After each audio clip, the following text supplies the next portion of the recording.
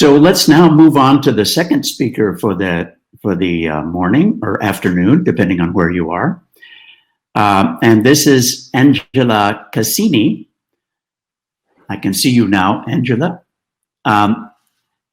Angela is chair of medicinal and bioinorganic chemistry at the Technical University of Munich in Germany.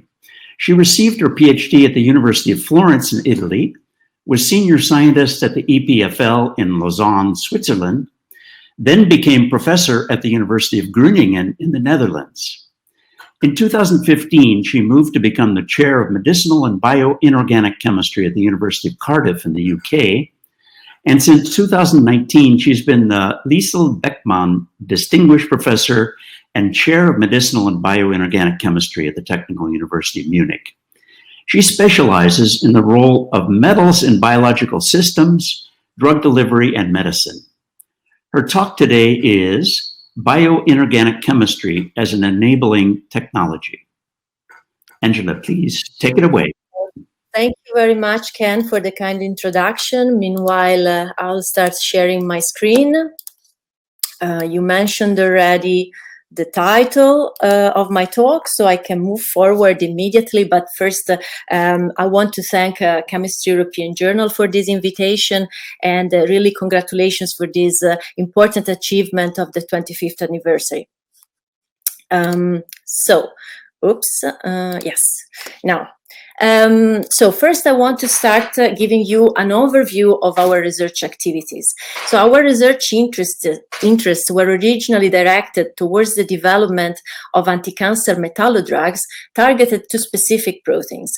And this protein, as you can see here, first in this first box, were either metalloproteins of different families, or proteins that do not have anything to do with metals on a regular basis, but they are still relevant to the disease mechanism, like, for example, the famous aquaporins, water channels. So we were able to design and identify very selective binders and inhibitors for all these systems. However, with time, we realized that actually our perfect inhibitors might not have all been suitable for drug development. They were not ideal, maybe because of other issues, for example, not suitable pharmacokinetics and pharmacodynamics properties. So we decided actually to use this compound, these selective inhibitors, as chemical probes to study the function of these proteins and to understand the role, the physiological roles of these biomolecules. And similarly, we also discovered some metallorganic compounds like this gold carbon system here that are actually not good as protein inhibitors, but can be selective DNA binders. For example, binders of G quadruplexes, which are also secondary DNA structures involved in the mechanism of cancer disease. Eventually, we got a little bored of small molecule metallodrugs design and synthesis, and we also started a project on supramolecular metal-based entities, always with the idea to use them for biomedical applications. And this is the case of the so-called metallocages that we propose as novel drug delivery system. Now, today, actually, I want to show you and possibly even convince you that via the understanding of classical bioinorganic mechanisms, such as those of the reactivities of metal ions and metal compounds with biomolecules, we can actually derive knowledge that can be applied to drive changes, important developments in other areas of chemistry, and eventually even fostering some technological advances. And so to this aim, I want to propose you to show you two examples, two different projects that are running in our lab at the moment. The first one concerns the development of novel organometallic gold compounds as catalysts for cross-coupling reactions in aqueous environment, and this is the box here that you see. The second one instead is in this last box. It's about the design of chemical tools, metal-based chemical tools, to implement imaging technologies. And this last project, let's say, capitalizes on our knowledge of bioconjugation of metallodrugs to targeting molecules. But now let's start with the first project. The development of gold catalyst for cross-coupling reaction is actually a project that originates from one of the most classical bioinorganic topics, which is the topic of metal complexes designed as selective zinc finger binders. And let me start giving you some overview of what zinc fingers are, actually, for you to have a bit of background. So zinc fingers are actually peptidic domains that are able to bind zinc in a tetrahedral coordination, as depicted here, via direct coordination to side chains of histidines or cysteine residues in the peptide. Now, the role of these zinc finger domains in physiology is very important because they are all recognition domains. So they are able to recognize specific DNA, RNA, or protein targets.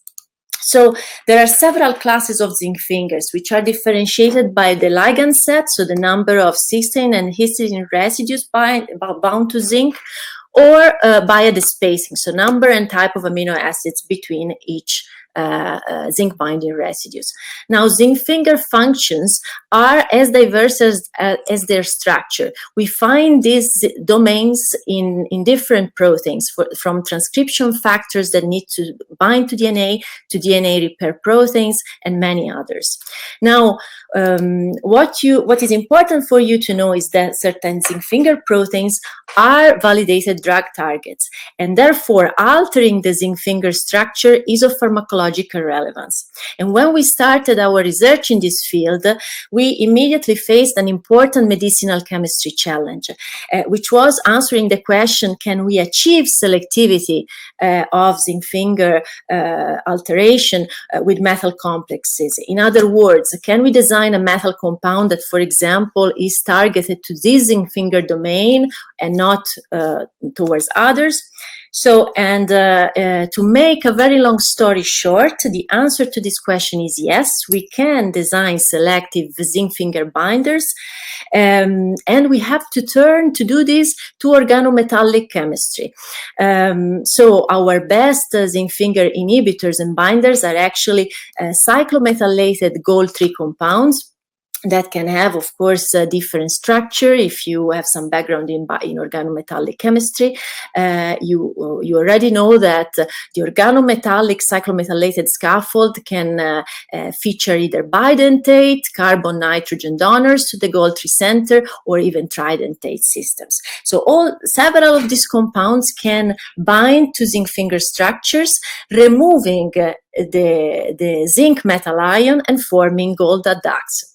And in terms of selectivity, I have to thank the work of two of my former postdocs in my group, Margot Wenzel from France and Sam Meyer-Menches from Switzerland. And together they worked on a new experimental setup that hyphenated liquid chromatography to high resolution mass spectrometry. And through this approach, they could show that some of these compounds could actually form adducts only with a specific zinc finger peptide in a mixture of zinc finger types of peptides. And so we spent a lot of time in characterizing the adducts, the final formed adducts of these metal complexes, of these gold complexes with zinc finger domains. We used different techniques, starting from mass spectrometry, spectroscopies, and even X-ray absorption studies. And these are summarized in a number of papers, but I just want to show you this image to give you the idea of what happens. So the zinc is ejected upon gold binding. These are gold ions, and the gold bind selectively to specific cysteines in the peptide chain while maintaining its organometallic ligand, CN ligand, at least for a certain amount of time. So we were very happy in this study to show this remarkable selectivity that we could never expect, but there was something more in the mass spectra that we recorded that caught our attention.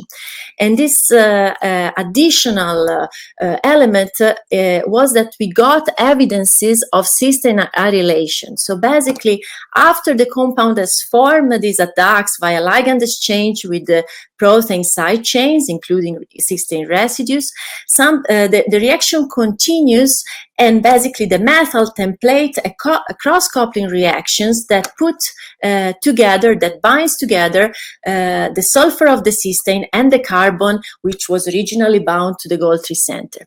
This cross-coupling, carbon-sulfur cross-coupling reaction occurs via a process, a step, important mechanistic step that in organometallic chemistry is known as reductive elimination. And indeed, we have in concomitance the loss of gold in a reduced oxidation state. Now, this type of reactivity for gold compound is quite peculiar and different from what is commonly observed for gold. In fact, gold in catalysis is normally used and known for its alkynophilic properties. So the gold ions are good Lewis acids that are normally able to activate triple bonds to nucleophilic addition.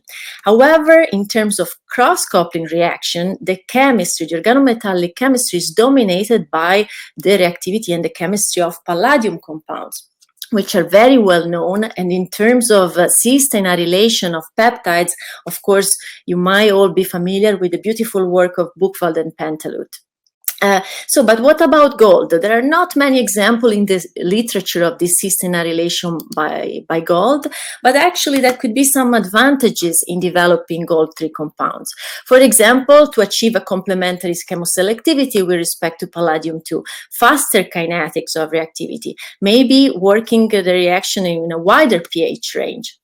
Other than the physiological one. So we thought that really we saw opportunities here for biorthogonal cysteine modification by a gold-mediated carbon-sulfur cross-coupling. We further explored the mechanism of this reactivity. On one side, trying to achieve some structure-activity relationships, and for example, we learned that even small modifications of the cyclomethylated scaffold can actually have an important effect on the reductive elimination process, eventually leading or not to cross-coupling. But also we explored the chemoselectivity of this reaction. So for each compound, we tested each compound against different type of peptides, not only zinc finger peptides, and also with different number of cysteine residues and with cysteines in different positions. And some of these peptides that we tried are actually physiologically relevant. Other are really not, like this one here, that is the Angela Casini peptide that includes a sequence of amino acids featuring the letter of my name. It might be not physiologically relevant, but I'm very proud of it. And then in the mechanism, so to help me elucidating the mechanism, I had these two important people in my group, PhD student Sophie Thomas from Wales, and Riccardo Bonsignore, my postdoc from Italy originally. And with them, we achieved a mechanistic hypothesis that we think is quite realistic. And we basically realized that to achieve this cross-coupling reaction, the gold center, the metal complex, needs to bind at least in a bidentate or even tridentate fashion to the peptidic domain, because then only if this happens, sorry, I don't know what happens here, but oops. Yeah, again. So only if this multiple multidentate binding mode occurs, basically we can have the nitrogen decoordination from the gold center, which is an important intermediate that then proceeds towards the cross-coupling via this transition state, where actually you can see how beautifully the methyl templates put together the two binding partners, the carbon and the sulfur, to then reach out to the reductive elimination, to the cross-coupling. coupling.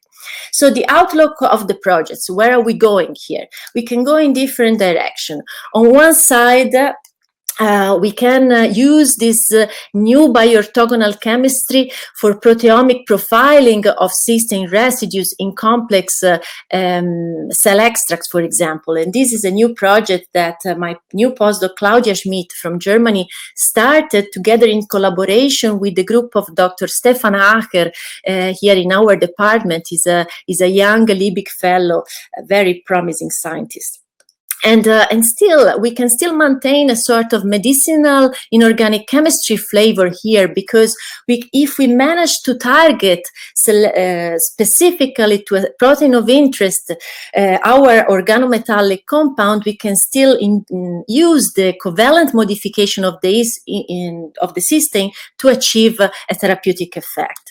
And now here is the shift that I want to propose you. We can proceed also in a completely parallel direction, research direction.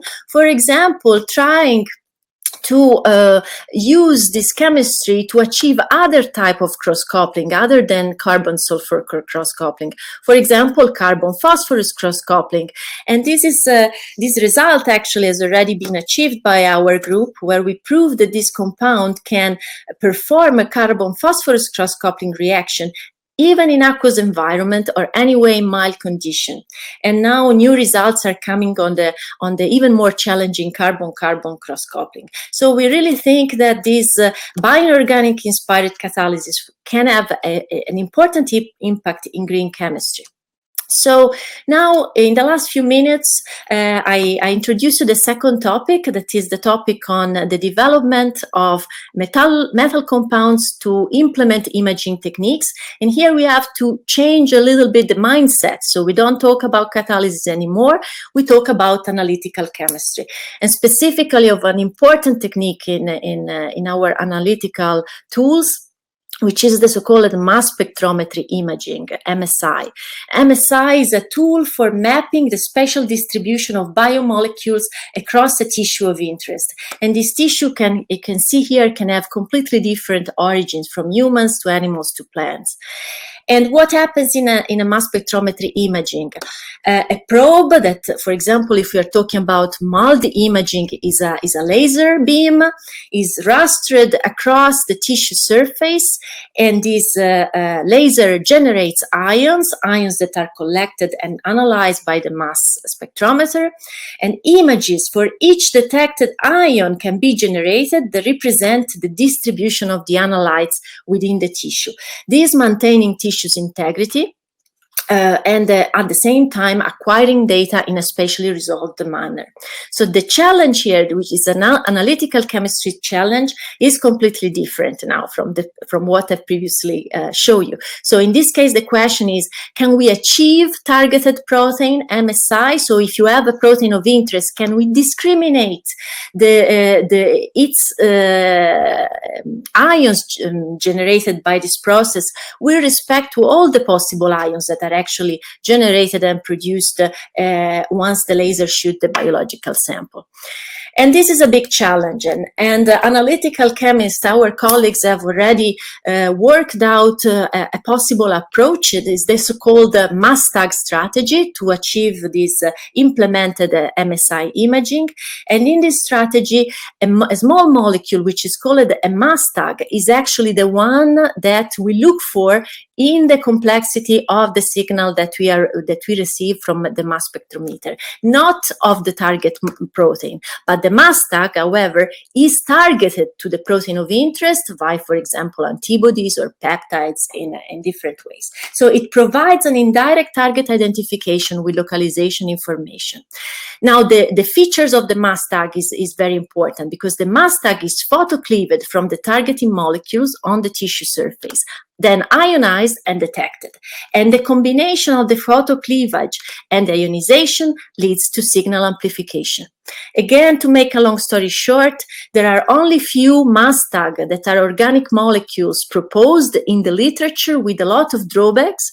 So here where we come into the game.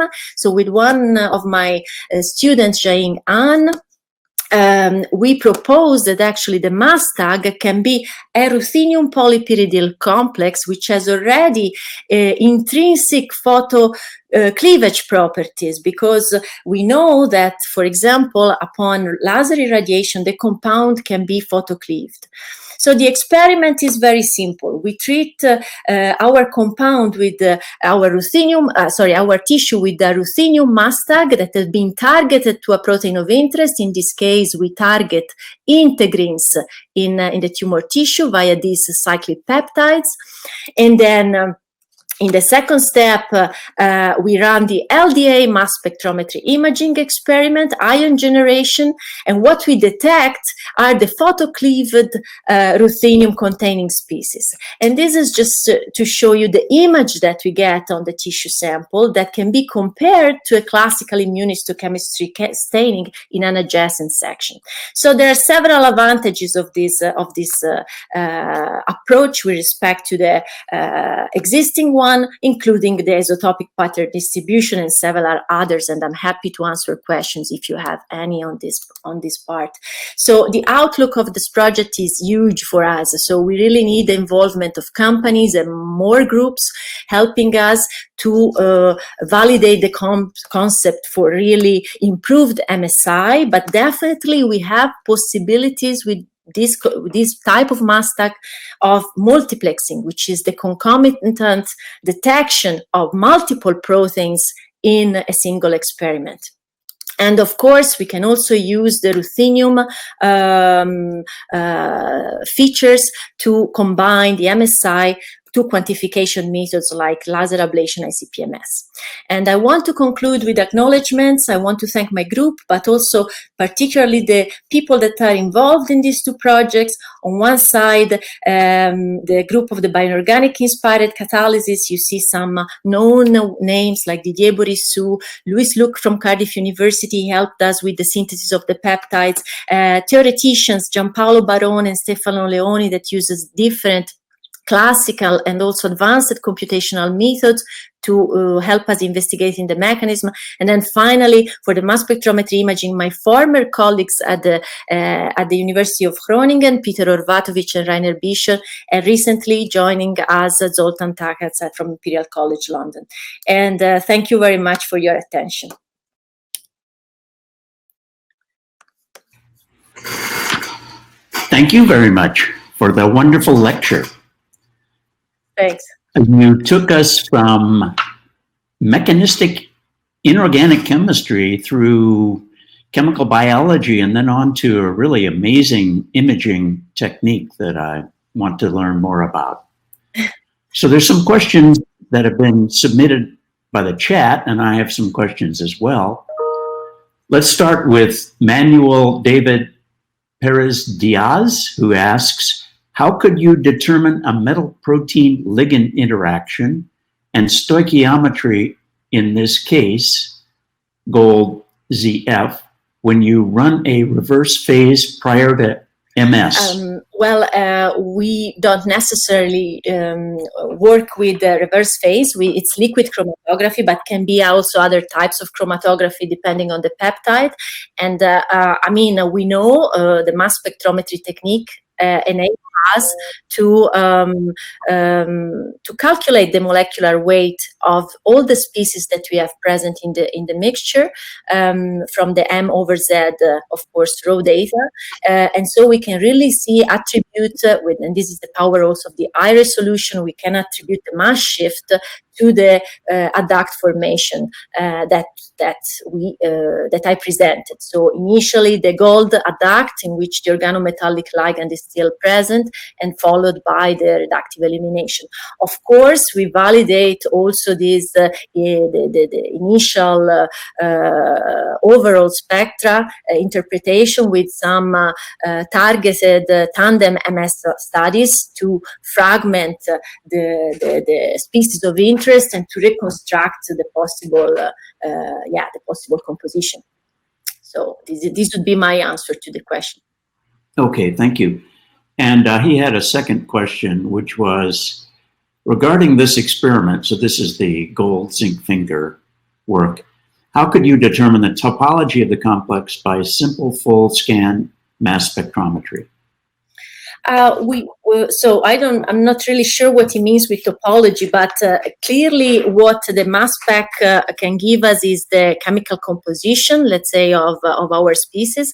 But then it's really absolutely necessary to complement this technique with other spectroscopies, for example, circular dichroic spectroscopies, to see, to analyze in depth the conformational changes on the peptide. And then we ended up even using X-ray absorption studies to determine the oxidation state of gold and the ligand coordination, to have an additional piece of experimental evidence. Thank you. And from Antonis Karalias, what is the depth of the signal? This is with regard to the MS imaging. Is it possible to 3D sample live tissues from deeper within, or is it thin slice only? So at the moment, it's only thin slices, definitely. And this is the feature also that all the other established organic mass tags have, actually. So they only image the layer that absorbs, of course, the targeting moiety, and then eventually release the mass tag. So there is a limit of penetration, definitely. But the advantage of this mass tag with respect to others that are in the literature is, for example, that we don't need the use of a matrix, which which creates additional complication. Okay, and affects not only the sensitivity but also the spatial resolution, because the matrix crystallizes in an amorphous form. So here we do simple LDI, laser desorption ionization, so no matrix involved at all. So we think that we can further then optimize the methodology, and then it will be a balance between sensitivity. The sensitivity of the signal is very high, and spatial resolution, which is the real challenge in this type of imaging. So to arrive to image the composition of a tissue in a very tiny surface corresponding also to the cell level surface. Yeah. Okay, thank you. Another question from Shinaraja. Is it possible to use the catalyst, I assume he means the gold complexes, as catalysts for asymmetric catalysis, since the active sites in the metal complex are from proteins? Yeah. We haven't tried that, and of course that will be important. We have to modify the catalyst, the ligand, maybe also in order to achieve certain intrinsic chirality in the catalyst. And I want also to specify something here, that we still haven't validated the compound as a catalyst, because we haven't reconstituted the original catalyst. We have only shown that the metal can template the reaction. Okay, so this is also an important point that I want to make. So you can template the reaction, but now we have to see if it's possible, at least for green chemistry approaches, to reconstitute the original gold-3 scaffold. Yes, I see. So it turns out that I'm working with my colleagues Heather Maynard and Alex Spicconi, essentially follow up to what you've discovered here, and trying to use these kinds of gold catalyzed reactions for the labeling of cysteines and proteins. And it's a very promising technique, thanks to your work. In fact, actually, I must mention that when I said that there are only a couple of studies that thoroughly investigate the reactivity of organometallic compounds for cysteine arylation, one of the only work that I could find is one from Spicconi and your crowd. 2018 that I never missed to cite, but also a previous one actually on compounds that are actually cyclomethylated from the group of Wong in Hong Kong, and it's the study of published in ChemCom in 2015. It's a pity that it didn't follow up for some reason on this project, but the chemistry is there were some pioneers of this chemistry, and we just go with the flow. Yes. Okay. Question online from Joseph Untze. Yeah. A few questions. He says, what is the current achievable spatial resolution for mass spectrometry imaging? Okay, this is a question that requires, well, that can have several answers. Let's say that some of the most recent publication, I saw people working also up to 2 micron resolution, which is very close to the cell dimension. Now you can act, but generally the studies that I saw are more on the 20 or 50 microns resolution. And there is a lot of variability depending on the type of mass spectrometry techniques that you use. Also the laser beam, how much is focused. So there is a lot of instrumental tricks, depending on the lab to improve this resolution. And on the other side, some of the, some problems related to this still not, not amazing spatial resolution in some cases is due to the interference of the matrix that I already mentioned. So, it's a complex problem that needs to be addressed working from the chemistry to the instrumental setup, really, on the final tissue preparation as well. Okay. As a follow-up for me, on your mass tag technique, is that a way to identify specific molecules or to increase resolution, or yes. both? So the specific molecule, basically, that was our proof of concept. We could detect specific integrins that bind to that peptide, these cyclic peptides that is attached to the mass tag. So this is possible. For the resolution, I would say we can try to tune, for example, the photocleavage of the molecule at different wavelengths. But this has to go always in parallel with an instrument development. So, for example, the introduction of a second laser that shoots at higher wavelength, that is the first that hit the surface, and then the second laser ionize. And this would possibly increment the resolution. But definitely the scaffold, you can vary a lot the ruthenium scaffold to then detect different proteins at the same time in the same experiment. Okay. Thank you very much. I think we should wrap it up. We're right on time, but it's time to go on to our final lecture. So thank you very much, Angela, for a wonderful lecture. Thank you.